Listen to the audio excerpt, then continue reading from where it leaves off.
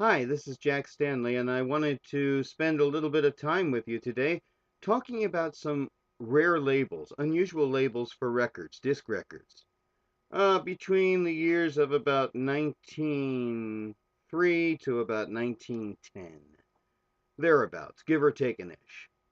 But I thought it would be fun to share some odd labels with you because we read about some of them, we've maybe studied some of them, but we don't very often see them. So I thought I would kind of show some of them to you and pass a little comment with each because we really don't have time to talk too much. The first label was made by Hawthorne and Shielby in Philadelphia. It's called the Star Record. Maybe some of you have seen this. It's a very famous record label in the first decade of the 20th century.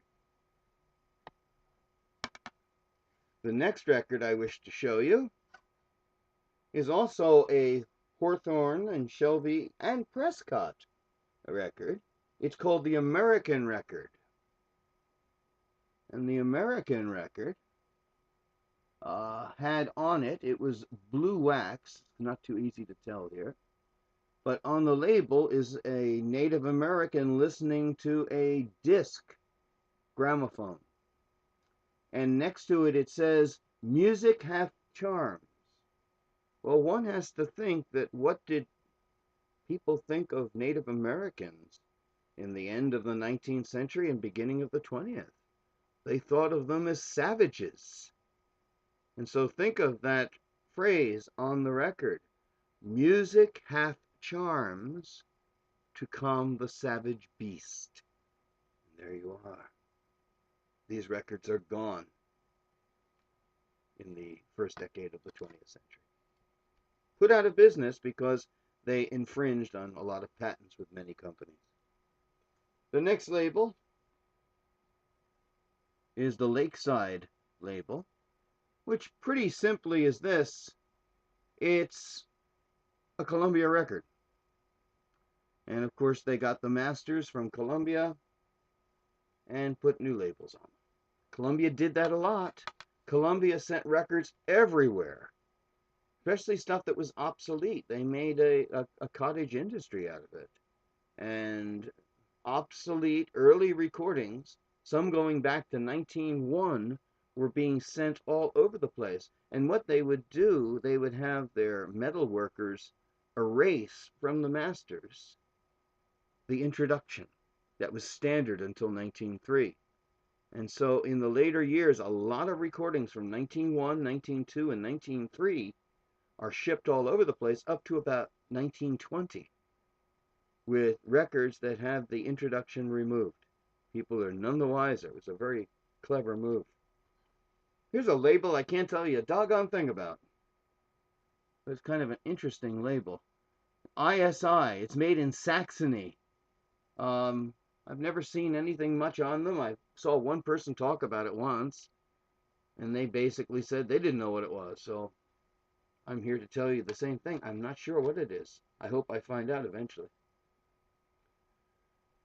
Here's another label. It's kind of interesting. It's called the Busy Bee record.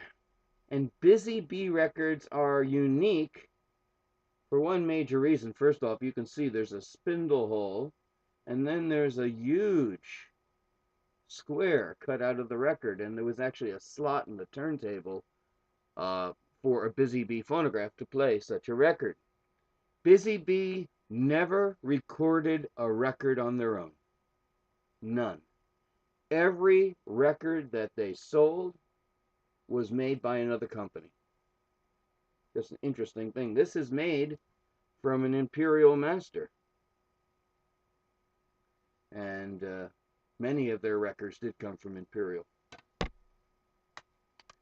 Here's another record that was made in Germany, sold in the United States, and really can't tell you too much about it. It's a Star record, but very different from the other Star record that you saw. Very unusual. They seem to be around for a short while and then vanish, like many records. Here's another odd record, rather odd label. It's called the D&R record. And D&R actually uses a Columbia master. surprise, there's an awful lot of these that use Columbia Masters. Very rare label, not made for very long at all.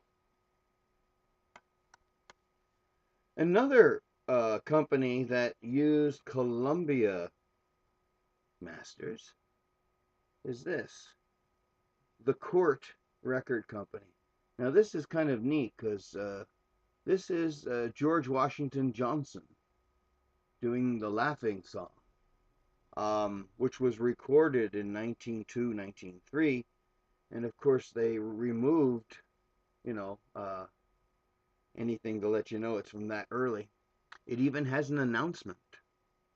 But this record, I would easily say, is probably from around 1902, 1903. And this record was pressed much later from a Columbia Master. Pretty clever. And so it's very interesting. You can find some fantastic early Columbia stuff on many of these secondhand labels. Now here's a rather rare record. You don't see this label very often at all. This is the Sun record. And Sun was made by Imperial once again. And the Imperial record, I was looking to see if I could find a marking on the record. It's probably too hard to see.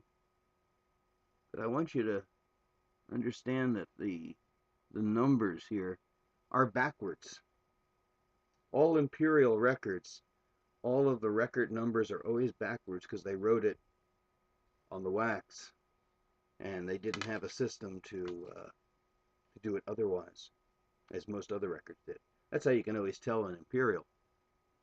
Now this label here, I'm sure many of you will recognize. It's certainly not that rare, but it's a little unusual. It is the Zonal Phone record.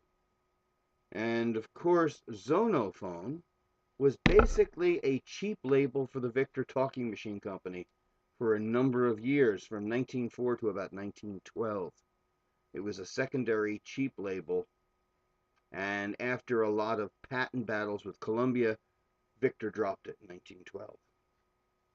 Now, perhaps one of the rarest labels is this one. This is a Nassau label, which seems to have been published privately for a short while using Imperial Masters. They just don't show up much at all. I've tried to find others, and it's extremely hard to find an Imperial record. Now, speaking of Columbia, here is another Columbia record with a different label on it, the Manhattan record, which of course was sold in Chicago and sold in New York and Boston, and it was done by the Simpson Crawford Company, Siegel Cooper, and Henry Siegel. It's all those people all together. But nonetheless, this was not for long. This didn't last long. But once again, it's one of the Columbia records. It's a very old Columbia. You can see the 1902 patent marking there. And this record is probably around 1908, 1909. Now, one of the earliest records is this one. It's beautiful. This is called the Leeds record. And it is downright gorgeous. I mean, I can't think of many labels that were more beautiful than the Leeds label. And they were, of course, produced by Leeds and Catlin, and of course, they were put out of business.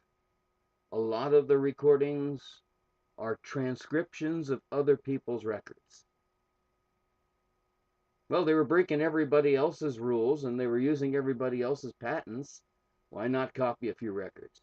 Kind of an interesting design on the back, and kind of cool.